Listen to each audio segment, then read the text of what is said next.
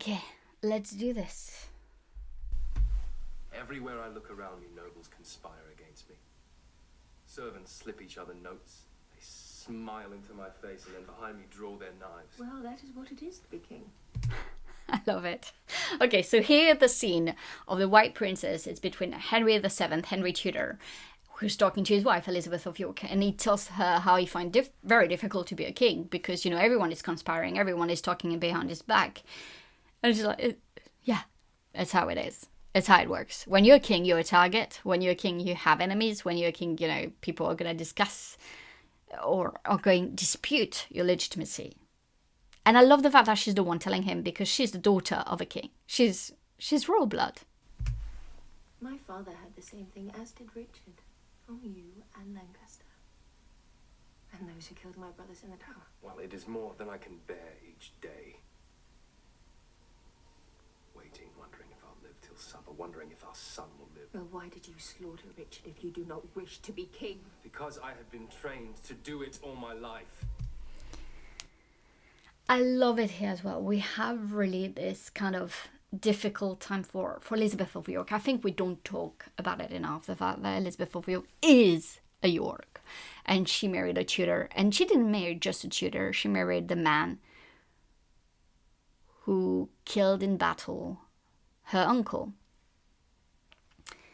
And it is very interesting that she mentioned her brothers in the tower when they were, you know, believed to be dead and to die in the tower.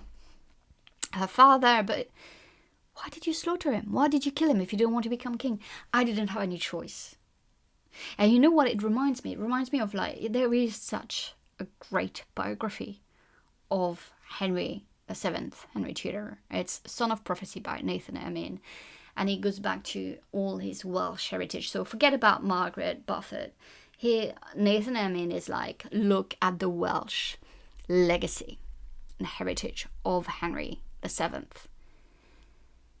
And that is such a good way. Like, it's like, I'm a product of my family history. And obviously, it's an English, you know, more like, you know, perspective in here, what he's talking about. But I think that if you wanted to learn more about the Welsh legacy of Henry Tudor, you would learn so much from that book.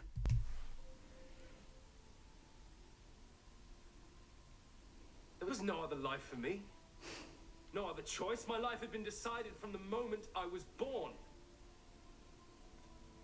Son of Prophecy again. You must have heard my mother speak of it. She felt I had a destiny from the moment that she had me. I was to be the king for her because she dreamed of power.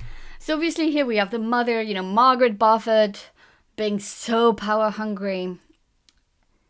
I think here we have to be a bit careful how it's portraying. So it means that Henry VII had no interest in power. He was just doing what he was told. I think it's not entirely true. It's not entirely how I see him anyway. You cannot understand being told your whole life what you are, with never any chance to think about it for yourself. I sometimes wonder what I would have been. What I would have chosen had my life been ordinary. I like that. It's so human. That is what my life has been as well.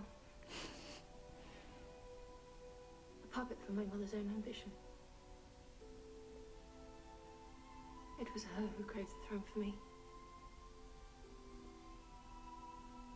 I would have settled for a man. A man you loved.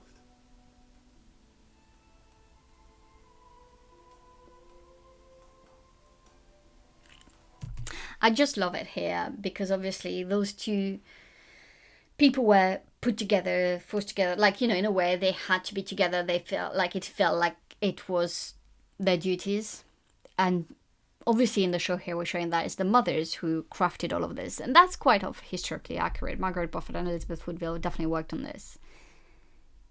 But here we see, like, the human beings. We see the personal conflict. We see the emotions and the burden of the crown, the burden of power. And I really like that. It's so well portrayed in that clip.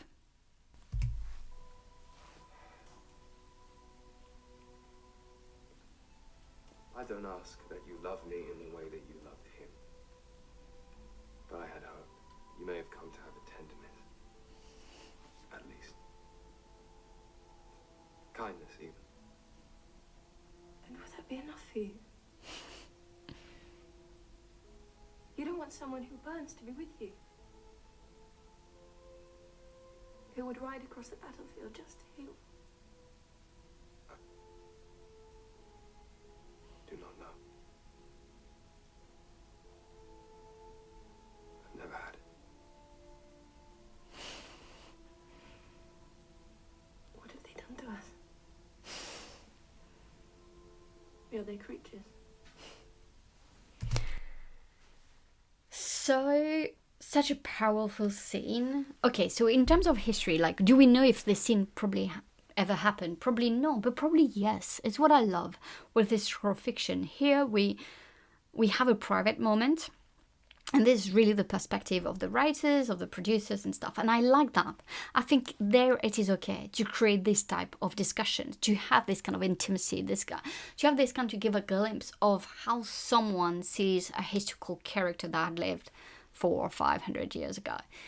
What I don't like is when we know actually what happened, when we know actually the words, when we know actually, and then we completely distort them and change the things and make someone who's supposed to be dead alive again and all of this. That I don't like. But here, I think it's so well played. I think here, then we might disagree that they probably would have never had that conversation this way, that maybe she would have never said that, you know, but at the same time, we would never know. And they probably had private conversations about how their mothers put them together, how the fact that they felt the pressure of succeeding, the pressure of not only having a successful marriage, but having a successful dynasty, like building something together. So I really love it, because here we see that there's going to be a bond that is going to be created through that common path that has been created for them, despite the fact that probably none of them wanted it in that way anyway, or they didn't have much choice. And I think there's something here that show them in a new light of more than just the king and the queen, Henry VII and Elizabeth of York, but just Henry and Elizabeth. Two people who were put together and who had to find their ways to accept each other, maybe love each other or like each other. Because the question is, like, did they love each other? I think it's a very hard one. They probably grew fond of each other at some point, you know, like, but it was not a love at first sight, and it was definitely a dynastic marriage and dynastic alliance. And I love how it's been portrayed in that clip and that show in general. Let me know in the comments what you think about this, and if you like this type of historical, you know, fiction where you create intimate scenes, or when you don't know something and you try to fill the gaps, or you give your own personal interpretation or views on a historical character. I think that is, in my opinion, okay. That's where historical fiction, the fiction part, should be, you know, how it should be created. Thank you so much for watching. I'll talk to you soon. Bye!